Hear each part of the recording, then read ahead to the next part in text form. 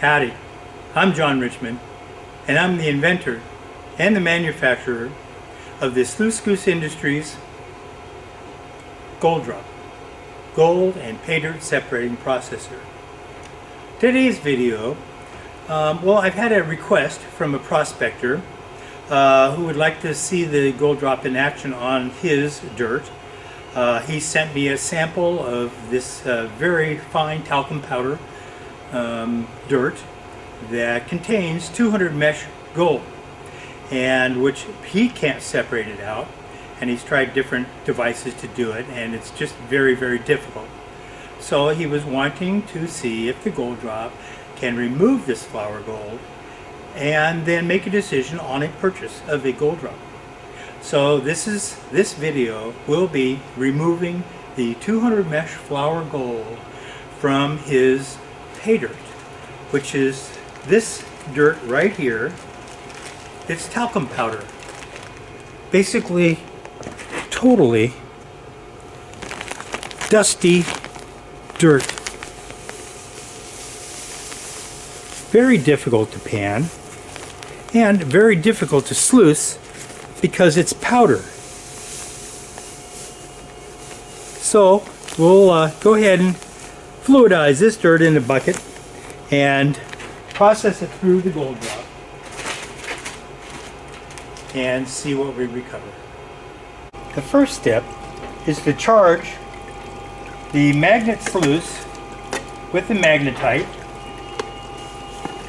As the water is discharged from the Goldrop, if there is any flour gold that is escaping with the tailings, as the tailings flow over this magnetite, any gold particles that are still in the tailings will be snagged out of the flow as it flows across the magnetite. The magnetite is forming a layer about a 1/4 inch thick that is just like a rough sandpaper surface, and will snag any of the flour gold leaving the Goldrop. Well, adding water to that dirt made mud. You can't pan mud, you can't sluice mud, you can't do anything with mud. Except for the Goldrop can. The Goldrop loves mud. And any kind of talcum powder, crushed rock, or whatever, it doesn't matter. So we'll go ahead and process this mud through the Goldrop and see what gold we get.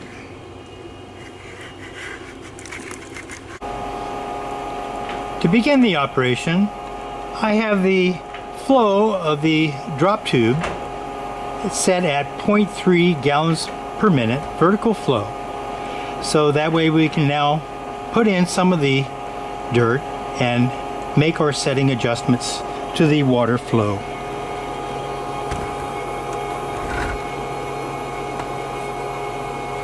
So now we'll go ahead and wash in some of the dirt and see where we're at.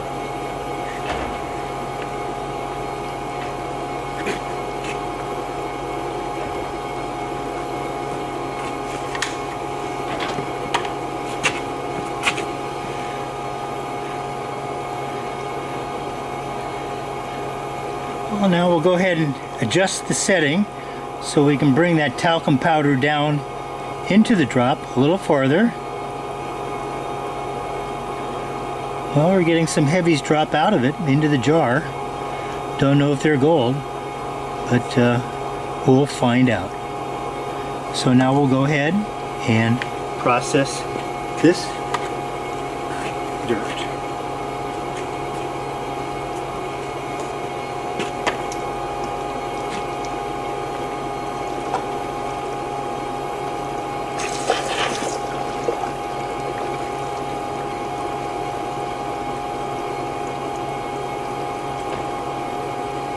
I'm washing in the dirt.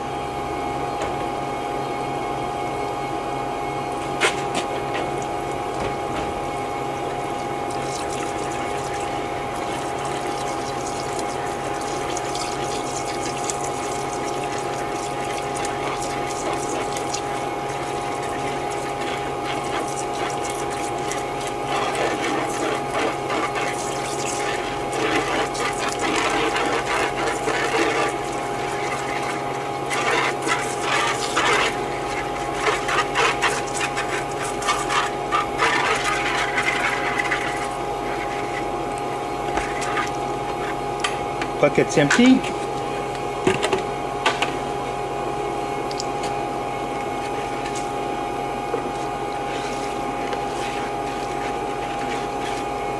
The funnel is clean. And now we'll just let that sit and percolate for about 5 minutes, and then we'll check the jar. Right now we're running at 0.15 gallons per minute.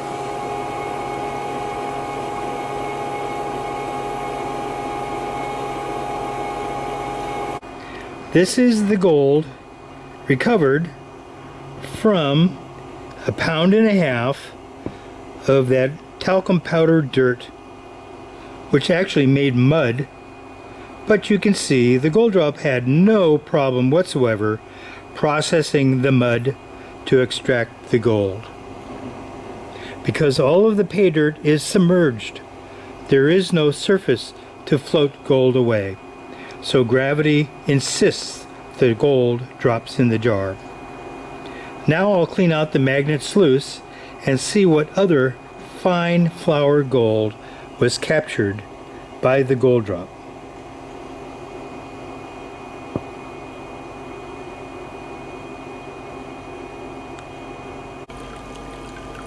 Now I'll proceed to empty the magnet sluice and see what gold, flour gold, was captured in the escape from the Goldrop. So I'll scrape the magnetite down into the pan.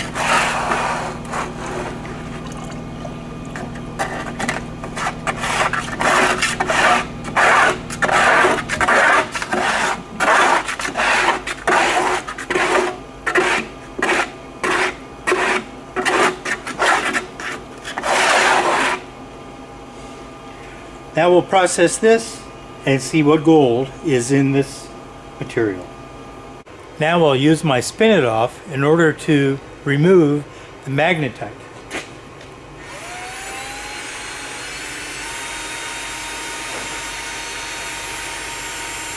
Spin it off, just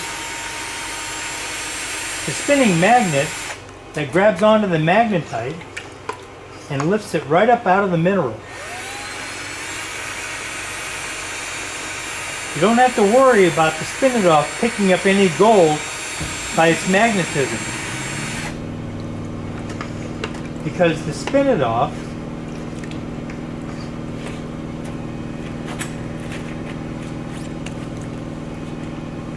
rotates each particle of magnetite end over end. And a spinning magnetite cannot hang on to gold, so it just stays in the pan while the magnetite is lifted out. Spin it off. Dave Urich invented this. You can get it at Columbia River Mining Supplies.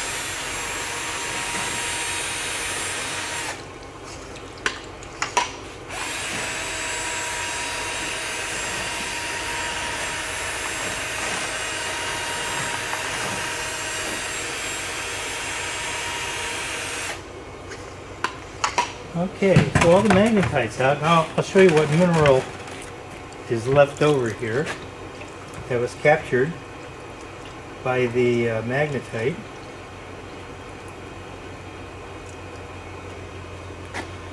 Ooh, there's a lot of pyrite Either that or it's mica. One of the two. A lot of floating gold, it appears, you know, just kind of sloshing around. So I'll take this material and now we'll refine it and see what flour gold was captured by the magnet sluice. So first I'll go ahead and use the gold claw pan here and get rid of the overburden over the backside while it's submerged. I like this oil pan here because I can introduce vibrations with it all and keep the gold down. Okay, now I can turn it around and dump the material from those riffles on the backside back into the pan. And now we'll run that material across the front of the pan and get our gold here.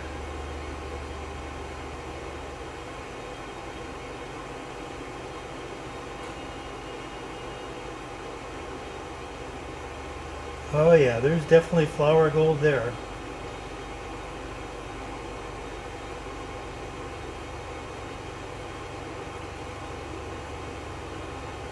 But just to give you a quick look,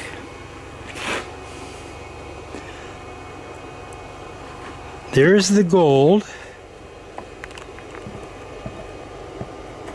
that's caught by the magnet sluice. Now we'll clean it up a little better than that and let you see the gold.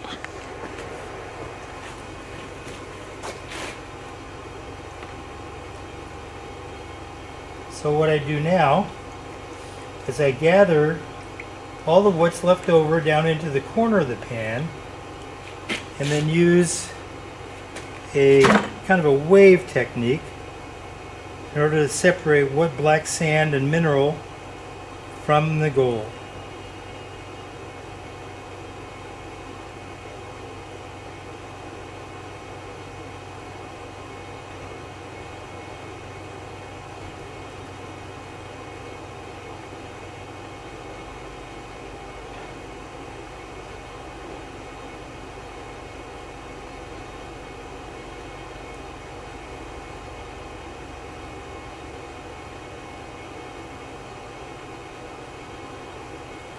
So you can see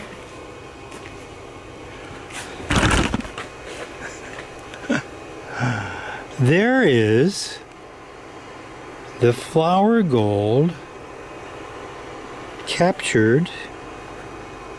And let's see if I can turn it around here. Get a little bit of clean on it.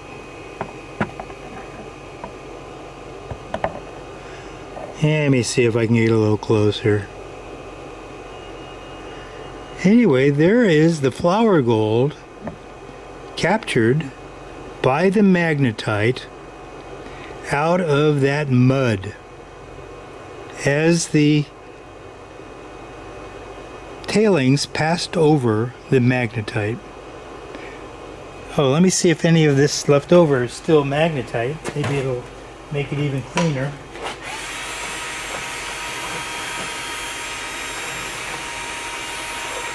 Oh yeah. Let me clean that just a little better.